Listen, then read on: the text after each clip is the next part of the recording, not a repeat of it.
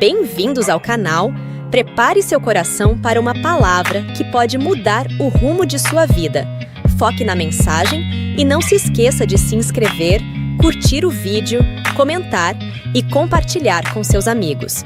A cada dia, temos um corte do Luiz Hermínio, feito especialmente para te alcançar. Deus abençoe.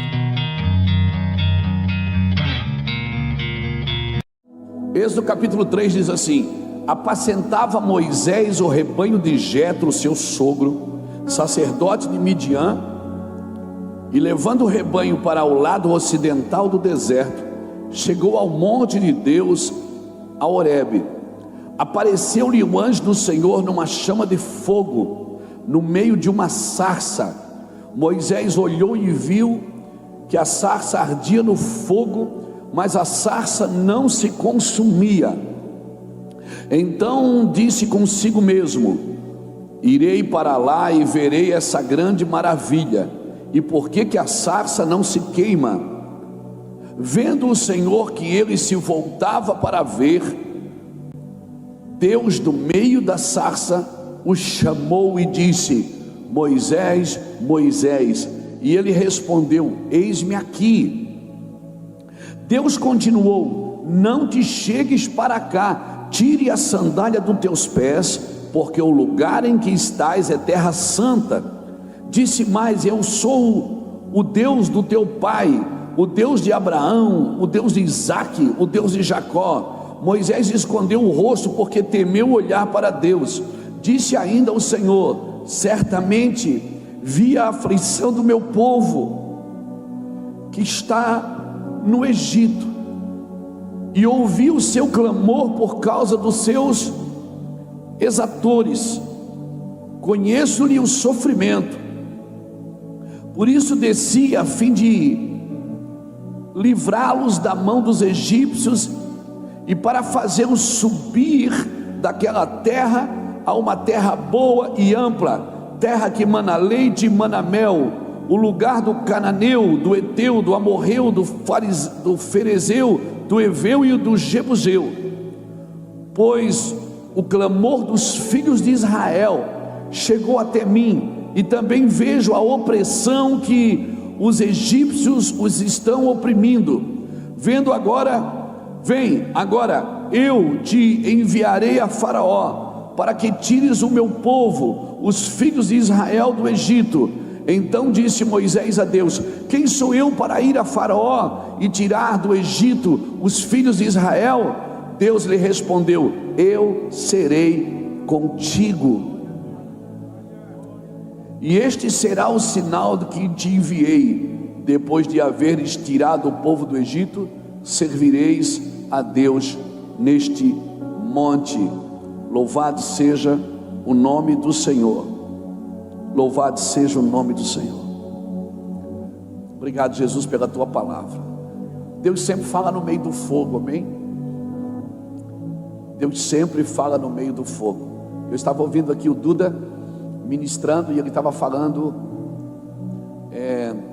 do fogo que se torna azul. E eu e o Jackson conversando ali atrás, há alguns anos atrás, acho que 2008, 2009, 2010, eu não lembro bem, acho que faz uns 14 anos, né, Jackson? Eu estava na Argentina, não, isso foi em 1998, 98, né? Faz 25 anos. Uau! Eu era menino, né, Jackson? Tinha bastante cabelo. Não tinha as bordinhas de catupiry. Eu estava na Argentina, em Mendonça. Eu já tive 2 experiências com azul. Eu amo azul. É a cor que eu mais gosto. Eu tive 2 experiências com isso. Uma vez em 1998, no começo de 98, nós morávamos em Itajaí. Eu servia no centro evangelístico de Itajaí. Tinha o pastor, tinha o co-pastor, e eu era o pastor.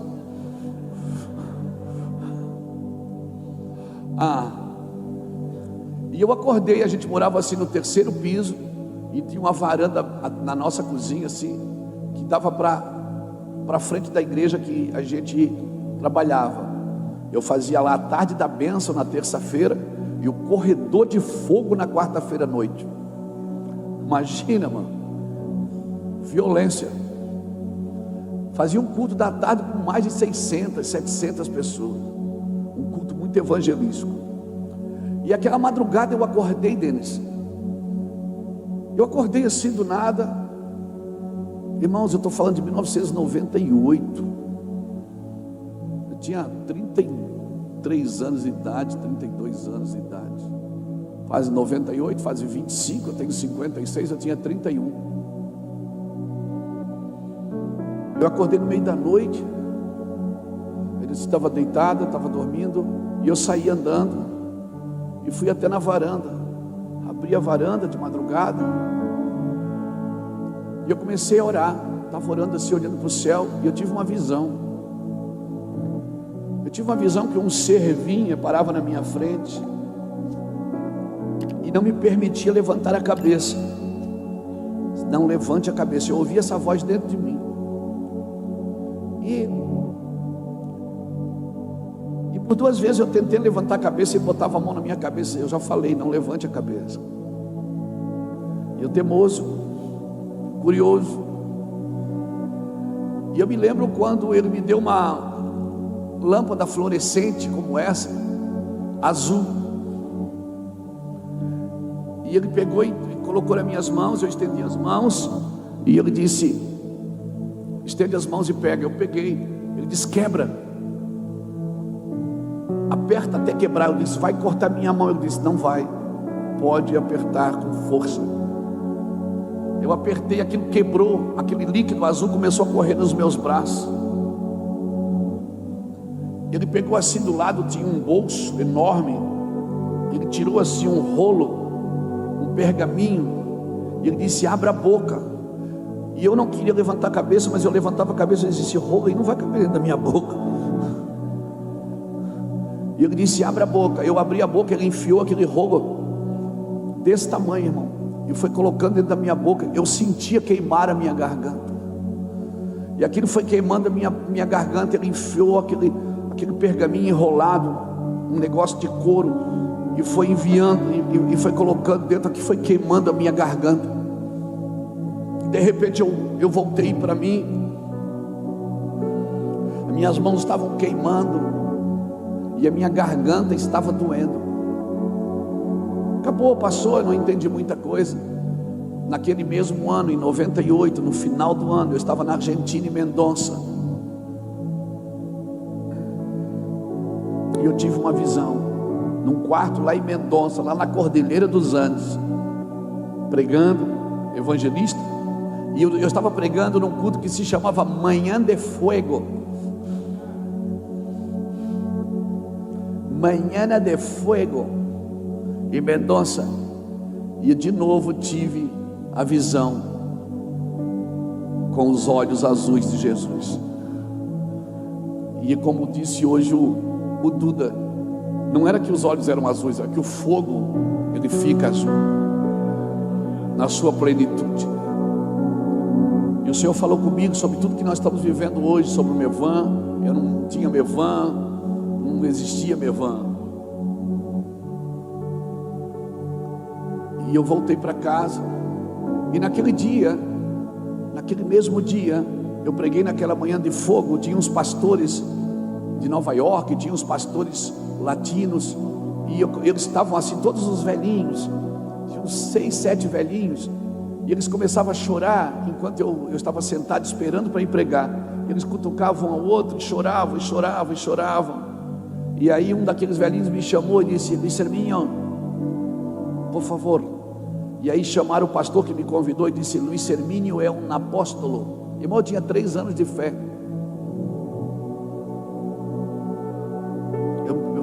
Eu me converti com 28 anos. Eu voltei para Jesus com 28. Eu tinha 3 anos de fé. E ele disse: você é um apóstolo? Eu digo: eu não sabia nem o que um apóstolo fazia. Eu só queria ganhar alma para Jesus. Ele disse: você era um apóstolo. Me chamaram, aqueles velhinhos pegaram o óleo, despejaram na minha cabeça, começaram a orar e a chorar. Eu cheguei em casa, a Iraci foi me buscar no aeroporto com o pastor Labo e com a nossa filha Bruna. E eu disse: amor, eu agora sou apóstolo. Ela disse: que bom. Eu só tenho que saber o que o apóstolo faz, porque eu sou um apóstolo. E aí, 3 anos depois, a gente estava almoçando com os irmãos de Cuba. E na hora do almoço, aquele irmão, ele dava garfada assim no prato e começava a chorar. E eu disse: está tudo bem? Ele olhou para mim e disse: você sabia que você é um apóstolo? Eu digo: já me falaram isso. E de novo, mais óleo. E eu tinha vergonha de ser chamado de apóstolo. Primeiro porque eu não sabia o que fazia. E apóstolo para mim eram os 12 apóstolos de Cristo. Nada a ver, irmão. Outro dia um apóstolo foi pregar lá no meu evangelho, olhou para mim e disse: Luiz, você é um apóstolo, mais óleo. Outro dia eu estou no Mato Grosso do Sul, no meio da pregação, era um dos preletores, o pastor me chamou e disse: Luiz Hermínio, você é um apóstolo. Eu digo: a 4ª vez, irmão, mais óleo. Eu fui ungido apóstolo 5 vezes, irmão. Mas eu tinha vergonha de ser chamado de apóstolo, porque eu não entendia, até que alguém sentou e me explicou. E aí foi ungido pela 5ª vez. Por que eu estou falando isso para você? Porque muitas pessoas acham que para ter autoridade precisa ter posição.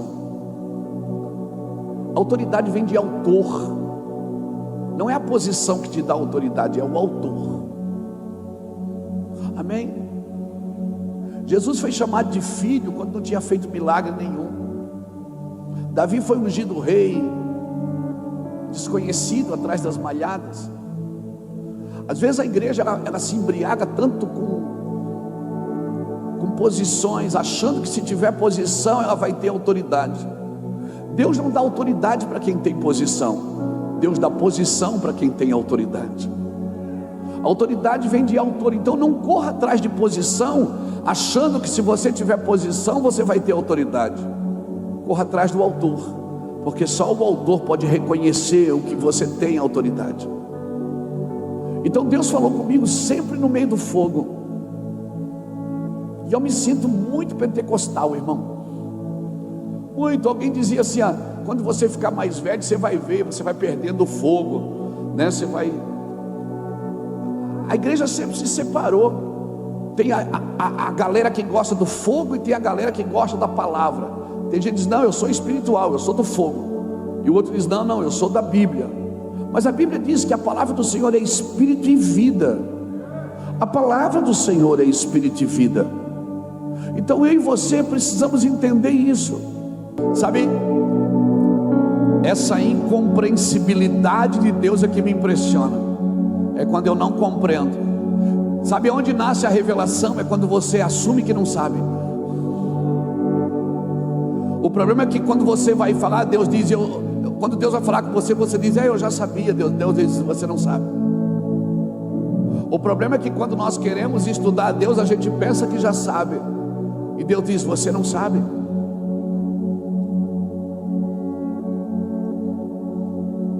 E quando você assume que você não sabe, é que nasce a revelação. Eclesiastes capítulo 11, versículo 5, eu acho que é, eu não sei, diz assim: assim como tu não sabes o caminho do vento, e nem como se formam os ossos no ventre de uma mulher grávida, assim tu não sabes a obra de Deus que faz todas as coisas.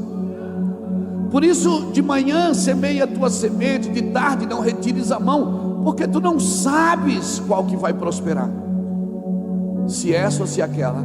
Então assuma nessa manhã: eu não sei, Senhor. Quando o Senhor mandou Ezequiel profetizar, ele perguntou: poderão viver? Ezequiel disse: Senhor, eu não sei, tu sabes.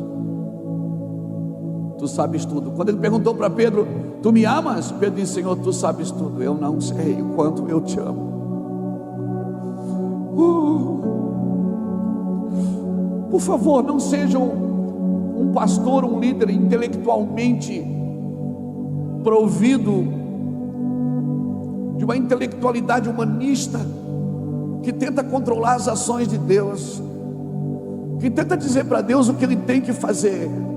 Deus fala no meio do fogo. Deus fala no meio do fogo, e não é o fogo que só nos faz pular, dançar e cantar, não. É o fogo que nos purifica. Ele disse, João Batista disse: olha, eu vos batizo com água, mas após mim vem um que vos batizará com fogo. Olharam para ele e foram iluminados, e os seus rostos não ficaram confundidos, porque quando você olha para Jesus, o fogo te organiza. O fogo de Jesus te organiza. Quando nós botamos Incendeia Paraná, não é só uma conferência para avivar pessoas, não, é para purificar. Porque talvez alguém disse assim para você: quando você crescer você vai entender. Mas com Jesus é o contrário. Quando eles ficaram brigando em Mateus 18, quem era o maior no reino, Jesus pegou uma criança e disse: deixa vir as minhas criancinhas. Botou a criança no meio e disse: quem não for como essa criança não vai entender o reino. Você acha que para entender o reino você precisa crescer? Você precisa crescer sim, na graça e no conhecimento, mas não é a sua capacidade intelectual que vai fazer você um entendido sobre o reino de Deus. O que faz você entendido no reino é as experiências que você vai viver com o seu Senhor. E aí sim você pode pregar sobre Ele, porque você teve experiências com Ele. Deus não se estuda, se experimenta. Provar e ver de que o Senhor é bom. Você precisa provar dele, você precisa ter experiências sobrenaturais com Ele, coisas que você vai ver uma vez e vai queimar você para o resto da sua vida, coisa que nenhuma escola, nenhum professor, nenhum didático pode conseguir transferir isso para você. Moisés, ele foi criado para ser um libertador, até porque ele foi criado na casa de Faraó. Ele não poderia ser criado como escravo, porque escravo não liberta escravo. Ele tinha que ser criado como um príncipe. Mas um dia ele vê então a injustiça, e ele quer fazer justiça com as próprias mãos, e Deus tem que levá-lo para o deserto para desintoxicá-lo de toda a sua justiça própria. Quantos homens Deus teve que esvaziar da sua intelectualidade? Quantos homens Deus teve que matar toda a sua sabedoria humanista? A carne não pode cogitar as coisas do Espírito. Você não pode compreender a Deus. Não pense que com a sua vida de 80 anos você vai compreender um ser eterno. Por isso que você vai ter que ir para a eternidade, para poder compreender quem Ele é. Não pense que nós podemos compreender porque lemos algumas páginas das Escrituras. Não, essa incompreensibilidade de Deus. Quantas vezes Paulo, o homem que aprendeu aos pés de Gamaliel, estudado, o cara intelectualmente capacitado, ao ponto de os reis olhar para Paulo e dizer: Paulo, não entendo você. Você aprendeu aos pés de Gamaliel, agora está querendo ir para Roma. Depois de você ler Atos 26, Paulo algemado na frente do rei Agripa, o rei sentado no trono e Paulo nas algemas. E quem tinha mais autoridade naquela sala? Quem estava no trono ou quem estava nas algemas?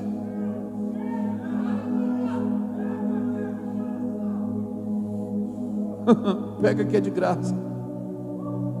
Quem tinha mais autoridade? Quem estava no trono ou quem estava nas algemas? O rei Agripa disse: Paulo, eu vou te soltar. Ele disse: eu não quero ser solto. Paulo, mas você é meu prisioneiro. Os judeus diziam: não, não, ele é nosso prisioneiro. E Paulo dizia: gente, eu sou prisioneiro de Cristo. Eu estou aqui porque Cristo quer que eu esteja aqui. E o Agripa disse: eu vou soltar você. Ele disse: não, eu apelo para César, eu quero ir para Roma. Mas Paulo, eu quero libertar. Ele disse: eu não posso ser liberto, eu já sou liberto. A Bíblia diz que Paulo, preso, pregava o evangelho livremente.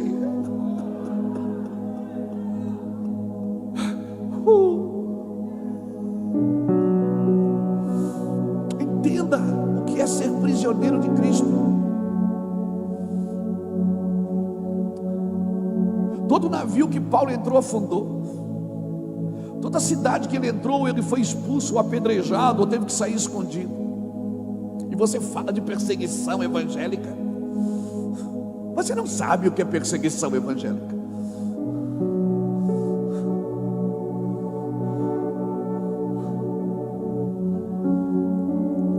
Homens de autoridade, eles não fogem da praga, eles entram no meio da praga. Homens de autoridade, eles não vivem correndo do caos, eles vivem no meio do caos. Aleluia. Deus teve que levar Moisés para o deserto para desintoxicar ele de toda justiça própria. Deus teve que levar Paulo para a Arábia para desintoxicar ele de toda a capacidade intelectualista que Paulo tinha, um homem que aprendeu tudo. Depois você lê Filipenses capítulo 3, ele diz: olha, se alguém tem direito aqui, sou eu sou fariseu de fariseus, benjamita, segundo a lei, irrepreensível. Mas aquilo que era lucro para mim, eu considero como perda, para que eu possa alcançar a Cristo. Enquanto você não se livrar da sua justiça própria, Deus não vai falar com você no meio do fogo. E o problema, sabe qual é? Que se Deus demora muito para falar, a gente produz um fogo. A gente quer pegar um fogo e trazer para dentro do altar. A gente produz um fogo estranho, e Deus não fala no fogo estranho. Porque fogo não sou eu que produzo, eu construo o altar, e o fogo arderá continuamente sobre o altar, e nunca se apagará. Eu não tenho que produzir aquilo que eu só tenho que atrair. Deus levou Moisés para o deserto por 40 anos. Primeiro, 40 anos no Egito, depois 40 anos no deserto. Então os últimos 40 vão fazer sentido. Os primeiros 40 anos era para Moisés achar que ele era alguma coisa. Os segundos 40 anos no deserto para mostrar para ele que ele não era nada. E os últimos 40 é para mostrar aquilo que Deus faz com aquilo que não é nada.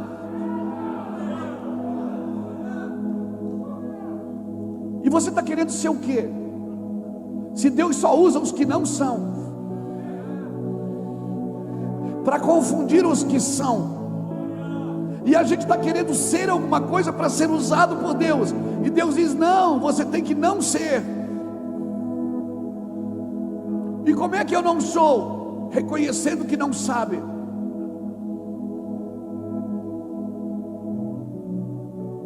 Às vezes tem pessoas que vêm se aconselhar com a gente está falando, ela está dizendo: não, eu sei. Eu disse: se você sabe, então por que você quer um conselho? Porque nós queremos controlar por aquilo que sabemos, e Deus está dizendo: você não vai conseguir. Marcos 4:26 diz assim: o reino dos céus é semelhante a um homem que lança a semente na terra e vai dormir. Depois ele acorda, não sabendo ele como. A terra por si mesmo frutifica. Primeiro a erva, depois a espiga, e por último um grão cheio na espiga. Então passa-se-lhe a foice, porque veio a colheita. Você não sabe como Deus faz. O reino dos céus é semelhante a um homem que planta a semente e vai dormir. Vai dormir, irmão, não atrapalha. Deus dá os seus enquanto dorme. Para quê? Para você não atrapalhar.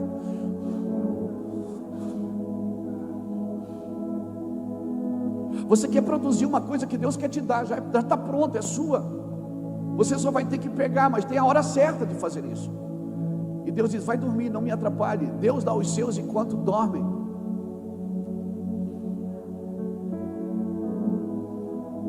Por que Deus botou Adão para dormir? Para tirar dele uma mulher. Porque se ele fica acordado, ele ia dizer assim: Senhor, assim não. O Senhor faz assim, ó. Nós queremos dar conselho para Deus, como Deus deve funcionar. Oração não é para você dizer para Deus o que Ele tem que fazer, é para você ouvi-lo. Por isso você tem que entrar, se lançar no fogo e não ter medo, porque esse é o seu lugar. Esse é o lugar que Deus fala com você, é o lugar que Deus ministra em você.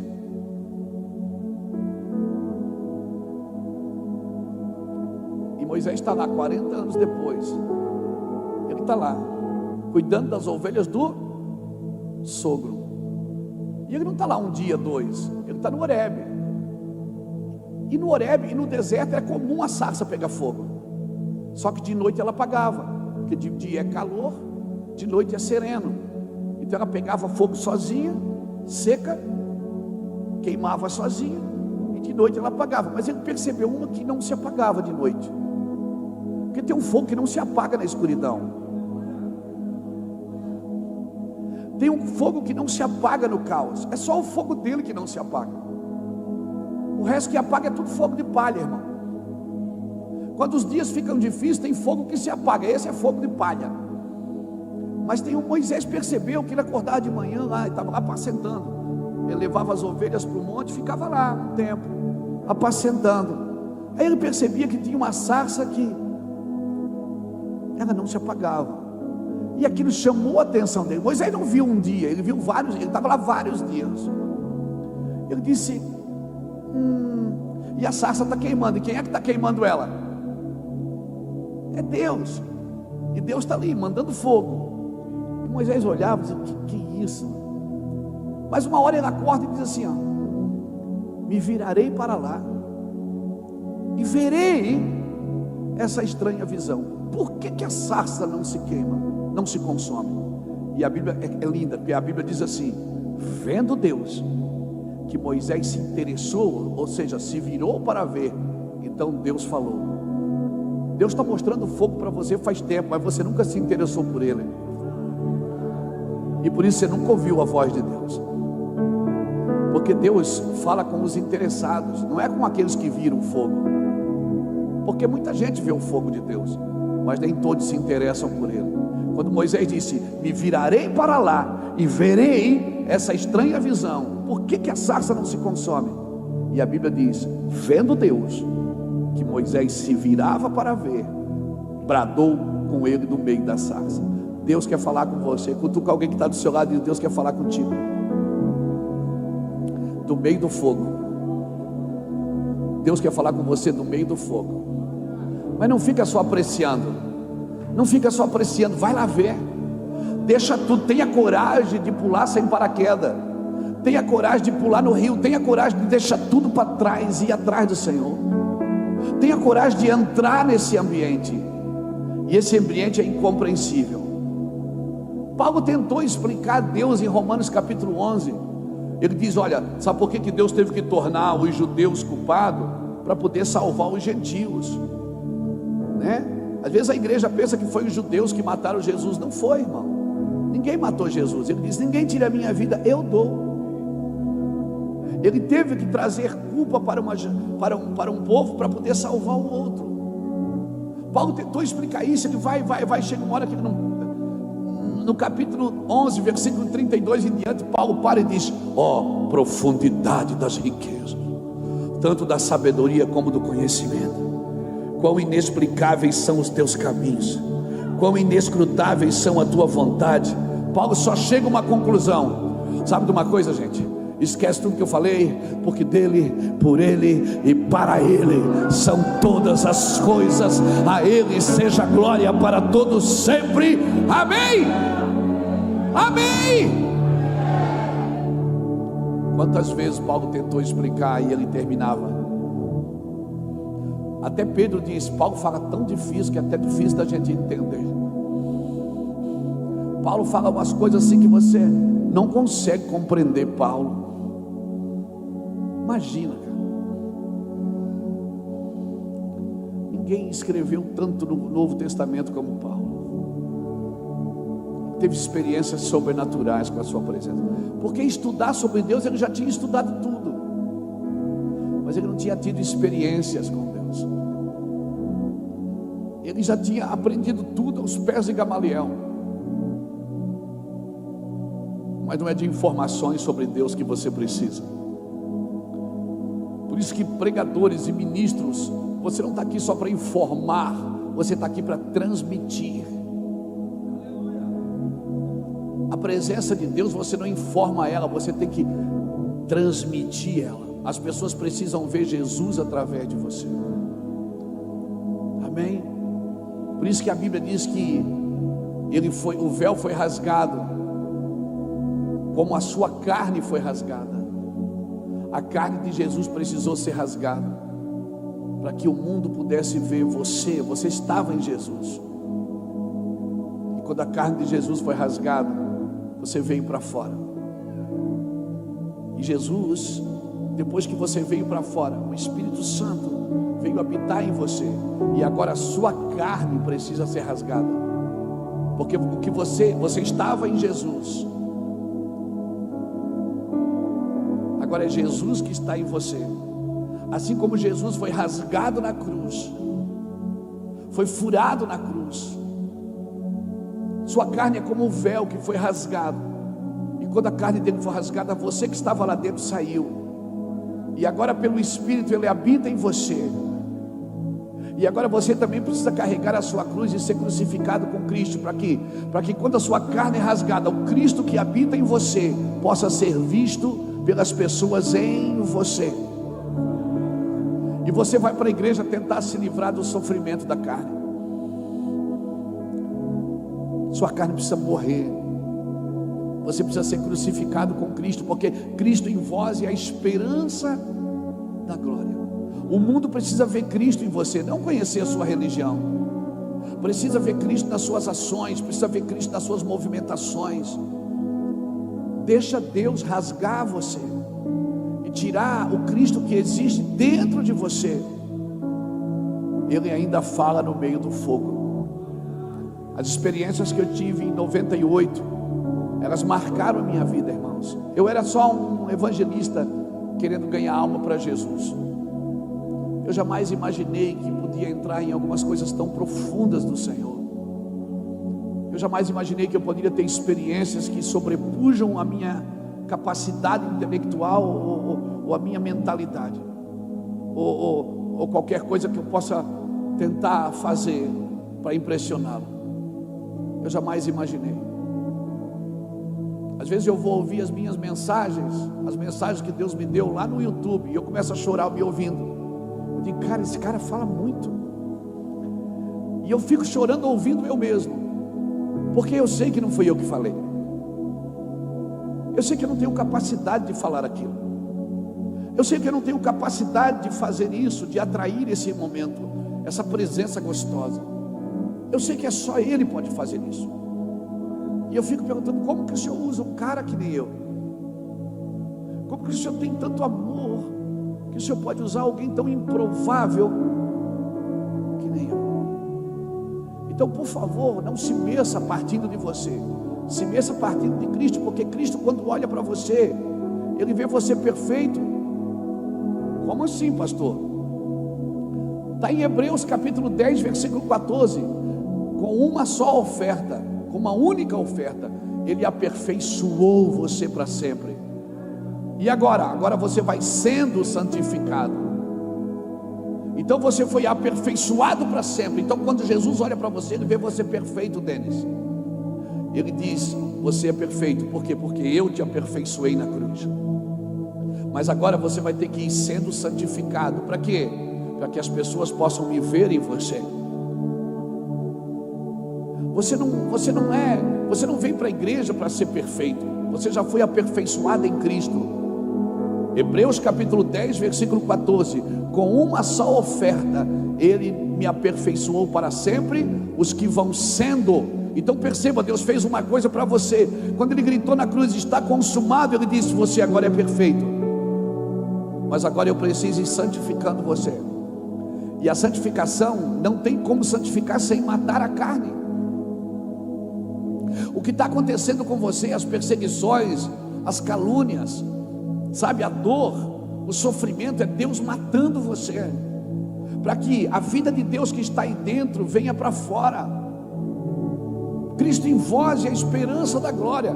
Então quando você carrega o fogo, Deus fala onde? No meio do... Por isso você precisa do fogo.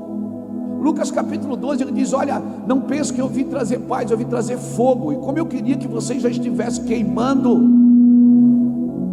Eu queria que vocês já estivessem queimando. Eu queria que vocês pegassem fogo. Porque eu vou falar no meio do fogo. Deus não quer que você use ele para informar os outros. Não é de informação que essa geração precisa, é de transferência.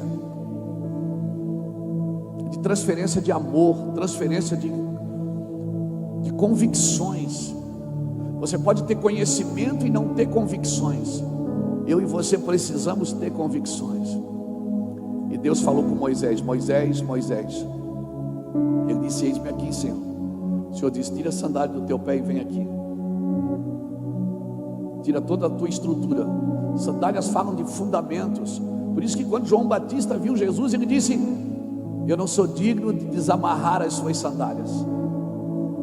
Ele estava dizendo o seguinte: eu não sou digno de tocar nesses fundamentos. Mas quando Moisés chega, Deus diz: tira a sandália, ou seja, tira os teus fundamentos para falar comigo. Tira a tua capacidade para falar comigo. O lugar que você pisa é santo. Aqui você não entra com a sua capacidade. Aqui você não entra com a sua intelectualidade. Aqui você pode estudar tudo sobre mim. Você precisa me experimentar. Você precisa comer de mim. Por isso que quem come da minha carne e bebe do meu sangue permanece em mim. A minha carne é verdadeiramente comida e o meu sangue é verdadeiramente bebida.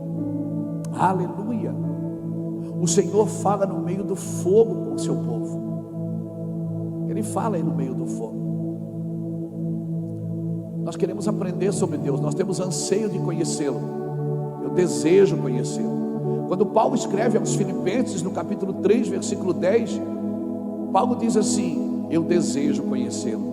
Eu desejo conhecer a comunhão dos seus sofrimentos e o poder da sua ressurreição. Paulo está dizendo, sabe o que? Ele está dizendo o seguinte: eu desejo conhecer o Cristo Deus e o Cristo homem. Conhecer a comunhão dos sofrimentos e o poder da ressurreição. Agora pasmem, quando Paulo escreve aos Filipenses, Filipenses é considerado a penúltima carta de Paulo. Paulo já está no final da carreira. Ele ainda diz: eu desejo conhecê-lo. Paulo já tinha ido ao terceiro céu, já tinha tido visões inefáveis, já tinha visto o céu por dentro, e ele ainda diz, pastor Isaías: eu desejo conhecê-lo. Você não pode se acomodar. Você está vivendo com Deus no gerúndio, ando, indo e indo. Você não vai parar nunca. Amém? Não crie falsas linhas de chegada achando que você já achou. Não crie falsas linhas de chegada achando que você já superou todas as coisas. Não, por favor, nós não chegamos. Ainda estamos correndo a carreira que nos está proposta. E quanto mais eu conheço, mais eu desejo conhecê-lo. Mais eu desejo. Então essa incompreensibilidade de Deus me impressiona. Porque quando eu penso que eu já sei tudo, nasce uma coisa nova.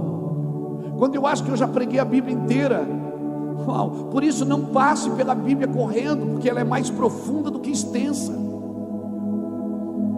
Ela começa em Gênesis e termina em Apocalipse. O que está escrito começa num livro e termina no outro, mas o que está ali dentro. Mas eu conheço a Bíblia. Não é a Bíblia que você tem que conhecer, é de quem a Bíblia está falando. Porque se você conhece só a Bíblia, você conhece só capítulos e versículos.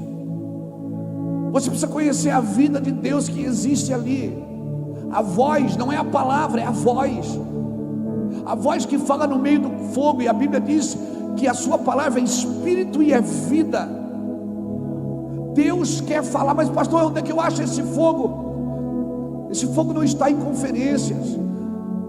Esse fogo está lá no seu quarto, no lugar secreto. Ele está lá no seu quarto, ele está no lugar secreto.